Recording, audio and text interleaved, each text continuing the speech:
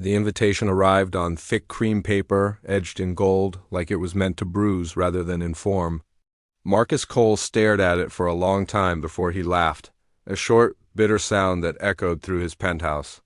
Nia Williams was getting married, and she wanted him there to see it. 5 years ago, Nia had walked out of Marcus's life when he was still a struggling tech entrepreneur, his dreams bigger than his bank account. She said she couldn't wait forever. She said love didn't pay rent. When his first startup failed, she packed her bags and left Atlanta for New York, chasing stability and success. Marcus never stopped loving her, but he never chased her either. Now he was a billionaire, self-made, black, respected, powerful, and the invitation felt less like closure and more like a challenge. The wedding was set for a sunny Saturday afternoon in Savannah, Georgia. Society pages buzzed about it.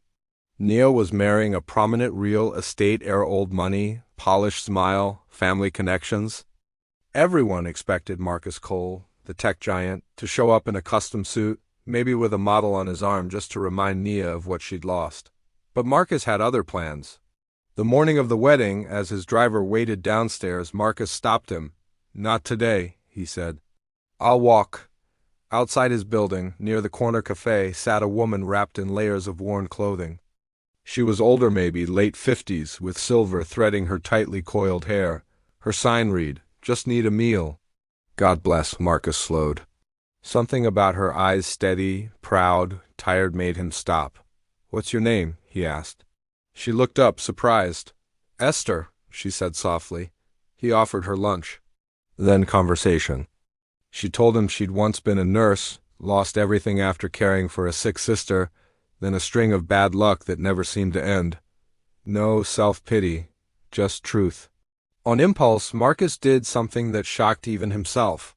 "Esther," he said, "would you come with me to a wedding today?" She laughed, thinking it was a joke. When she realized it wasn't, she shook her head. "Sir, look at me." "That's exactly why," Marcus replied. He took her to a boutique, bought her a simple, elegant dress, paid for her hair to be styled, her hands manicured. When she looked in the mirror, Esther cried not because of the clothes, but because for the first time in years, someone had seen her. They arrived at the wedding together.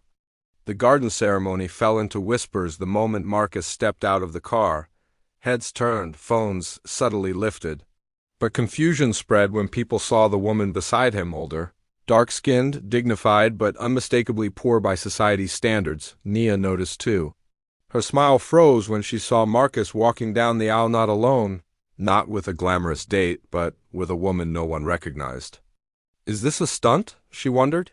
"Is he trying to insult me?" Throughout the ceremony, Nia kept glancing at them. Marcus looked calm, peaceful. He listened attentively, laughed gently when Esther whispered observations, held her chair when she stood.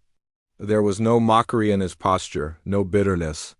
At the reception, curiosity boiled over. "Who is she?" Guests murmured. Nia finally approached them, champagne in hand, her smile sharp and practiced.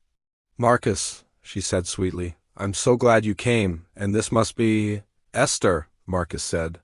"My guest." Nia's eyes flicked over Esther, thinly veiled judgment flashing. "How interesting." Esther met her gaze calmly. "Congratulations on your wedding," she said. "You look beautiful." The sincerity disarmed Nia.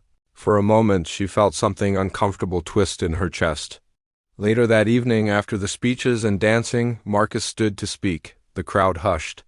This was the moment everyone had waited for. "I wasn't sure I should come today," he began.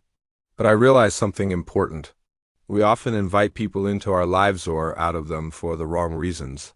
Eyes drifted to Nia. "I brought Esther with me because she reminded me of who I was before success, before money made people listen. She reminded me that character doesn't change with circumstances. Only visibility does." A ripple of silence moved through the crowd. "Esther isn't my date," Marcus continued. "She's my business partner." Gasps followed. "Starting next month, she'll be leading the outreach program of my new healthcare nonprofit focused on providing medical aid and job placement for homeless women across the U.S., beginning right here in Georgia." Esther's hands trembled. Tears streamed down her face.